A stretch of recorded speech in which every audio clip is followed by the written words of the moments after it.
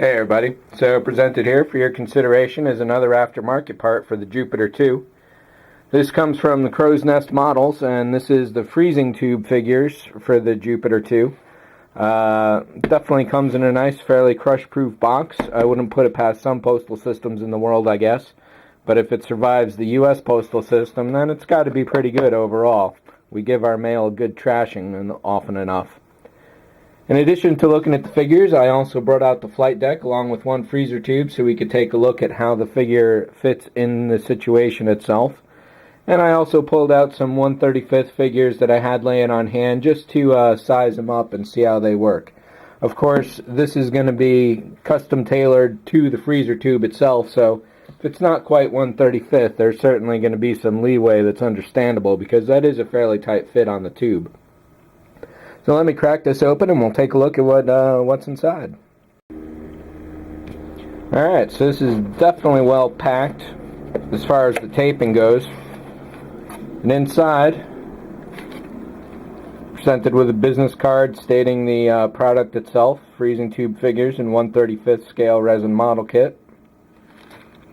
Come in one sealable bag with probably more newspaper than figures.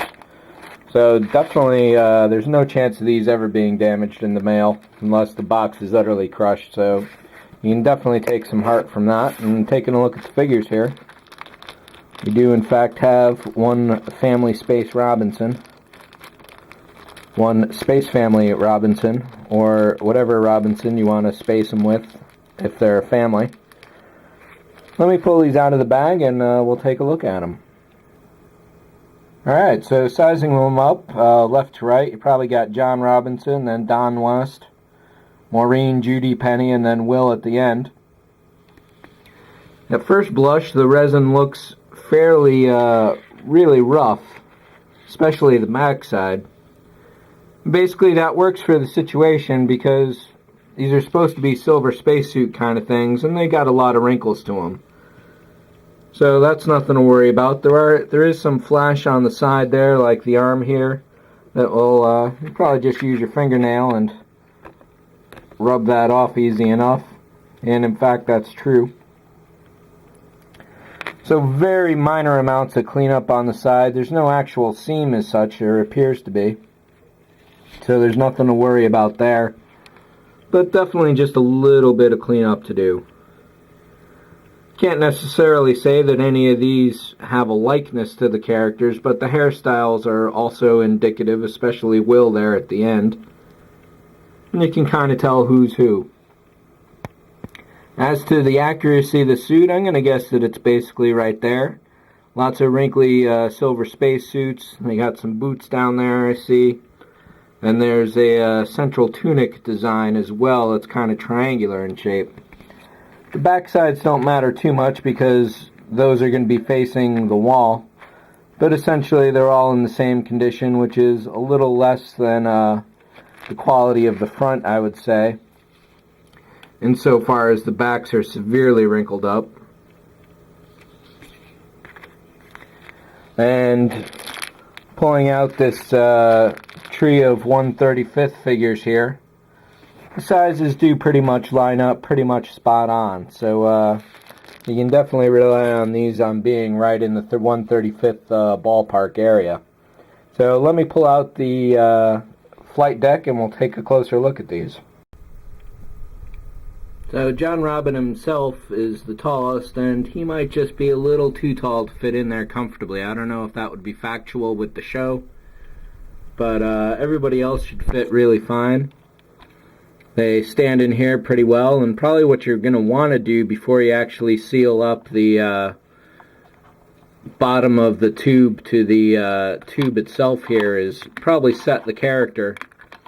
Let's get this back in place here. Hopefully without too much hassle. So what you're probably going to want to do is set the character to the base and then put the tube around that, just so this is setting firmly in the middle. So this is probably going to be a situation where once you've set the figures in place, you're not going to want to touch them again. Unless possibly you set up a magnetic kind of, well, if you get a thin piece of magnetic metal, put it on the bottom of the feet, put a magnet underneath, that could work out. That's assuming you're not going to light it as well. But if you got a really small enough magnet, you may be able to hide that and have the light go around it. That's definitely something to investigate if that's a situation you're interested in. But overall, if you're going to get the Moebius 2, you definitely need a crew to fly it or remain in suspended animation while the ship flies itself. Notably not present from here is, of course, robot. And that would definitely be a difficult sculpt to do. And I even think that Moebius is working on a 1/35th robot to go with this model as well. So there should be a robot available, and as far as the Space family goes, it's definitely a nice little product. And as I said, this is one of 3 different versions. There's this one for the freezer tubes. There's another one where they're kind of in their standard clothes that you see in every episode, posed around the ship, various poses. And then there will be a spacesuit version of them in different posed positions as well. So 3 different variations coming out from Crow's Nest. This is the first of the 3. And we'll see if we can get Crow's Nest to supply the other 2, and we'll take a look at how those look. So as always, thanks for watching. See ya.